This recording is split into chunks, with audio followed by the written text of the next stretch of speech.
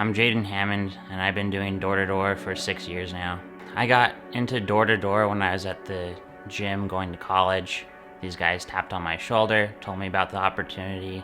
I figured out I had to go try it for a summer. After that first summer, I was all in. I dropped out of college, and I just started doing door-to-door, and I did that with Smart Home, with Vivint, with Fluent for the first 2 years, and then I transferred to Vivint, and I did that. And then after a while at Vivint, I decided to go try out solar. And then once I started doing solar, doing about 3 to 5 a week and getting a small team going, is when I ran into this problem. Yeah, the day it happened, I woke up, just a normal day, took the dog to the groomer, and then headed out to work, and one of my appointment setters just set another appointment for me. I was going to a lot of his appointments for him. All of them are really normal. I actually sold a few of the neighbors that this appointment was at, and it was an old retirement community, so I never expected any problems about it. So I pulled up to the house. It seemed like a normal house, just an average old couple. They were retired. They had a dog. I went in there, and they already had solar, so they needed more panels, and so it wasn't crazy. It was just adding a few panels onto their house for him. Once he signed up the contract, did the verification call, everything seemed normal, but then he was a little bit confused about like the tax credit. He thought the tax credit was a down payment. I told him how the tax credit worked, kind of made him a little bit frustrated. He still did the verification call, he still signed documents, everything was normal. And then when I tried to leave the house, he wouldn't let me leave, and that's when he got frustrated. He picked me up from behind, and he body slammed me right onto the marble staircase onto my head. And I started having a seizure, and I was bleeding out of my nose, and my ears just convulsing, and the wife was panicking, and she was the one that called 911. And they came, they arrested him, put him in jail, and took me right to the hospital.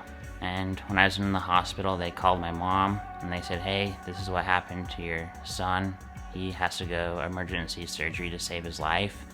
It's gonna be 50-50, it will work or not. Do we have your permission to do that?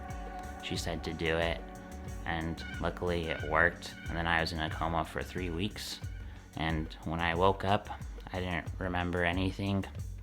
And they told me, like, do you know why you're in here? And I was like, no. And they said, one of your customers attacked you. And I was like, I laughed at them. And I was like, my customers would never attack me. Like, they give me hugs and tell me thank you and text me. I was like, one of my customers would never attack me, but that's what happened. This is February 27th. And it's almost 2 o'clock. And I would like my personal belongings back, including my car and my phone. Thank you. Please. And thank you. After they saved my life in California, I was waking up. I was missing half of my skull, and so it was really deformed. I had half a head, and so they needed to get me to the University of Utah, and so they tried to life flight me there a few times, and a few snowstorms were happening, so it kept pushing it back and pushing it back. The whole time I was pretty frustrated with the doctors and the nurses, because I kept telling them I can't keep being here, I need to leave, and I have these appointment setters, and if I'm not there to work with them, then they don't get paid. So I was like, I can't be here, I need to leave, people are depending on me, I have to go to work. So once I got to the U, we had to get scans and x-rays and everything done of my head and CAT scans, and then they made a synthetic skull in Switzerland, and then they had to ship it here, and it had to pass inspections and get all this stuff, and so that took a while, and so I had to wait and wait and wait. And then once that finally got here, they did a surgery for me where they put that into my head and then attached it to the old one. So I had to go to Rehab both in California and at the University in Utah. In California, I had to learn like basic things like how to like tie my shoe, how to like drink water, how to swallow. And then at the University of Utah, I had to learn how to like drive again. I had to like go on a driving simulator. I had to do like speech therapy. I had to like do like puzzle games like a little kid would, like on the back of like a cereal box. Like just like simple things like that. Like I had to sing my ABCs, pretty much everything, like little simple things like that. And physical therapy at the University of Utah, I had to go on like a treadmill. Good job, Jayden! Say hello to everybody! Yeah. We rocked it like a champion. I had to like strengthen my shoulders and muscles on like a wall with like bands, with exercise balls. So I had to work out every day. I had to go to speech therapy every day. I had to do all these things every single day at the U. So I had like a schedule from when I woke up to when I went to bed. I got back out there and it was a hard transition because my body was still recovering.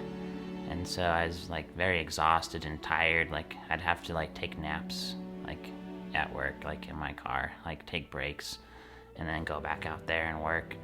But the transition was slow and it was hard, but I was just so grateful to be able to work again that it didn't matter. So before this happened, I'd always look at like work like as something like I had to do. And once it was taken away from me, I like realized like all of like the things that I was like actually missing out on that were like so enjoyable. Like works gives us like so much purpose.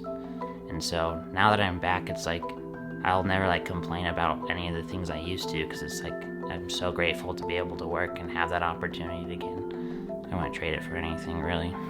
People always say like, oh, like live every day like it's your last. Kind of like got what that meant, but after this happened to me and like actually like almost dying and being told like you are not able to go back to work, like you'll probably have to be a cashier. Like every day I wake up now and I'm like, dang, like I get to go to work, like I get to like eat what I want to, I get to drink as much water as I want to, I could do what I want to today.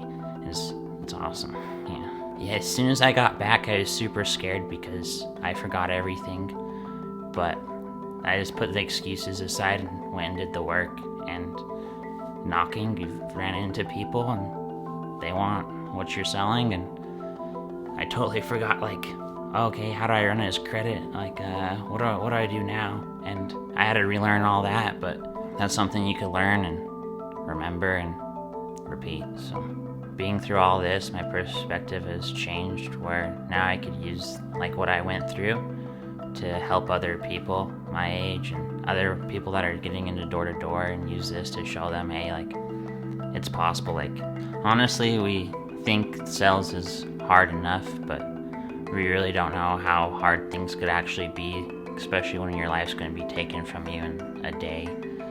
And once you learn like how hard things could actually be, and if you want it bad enough, you could get through something and you could get out of it. And so if you want to be able to do something bad enough, you could do it. I think one of my biggest missions now moving forward is to share my story. And I want to show the generations before me that when they're going through adversity, they could get through it at the highest level.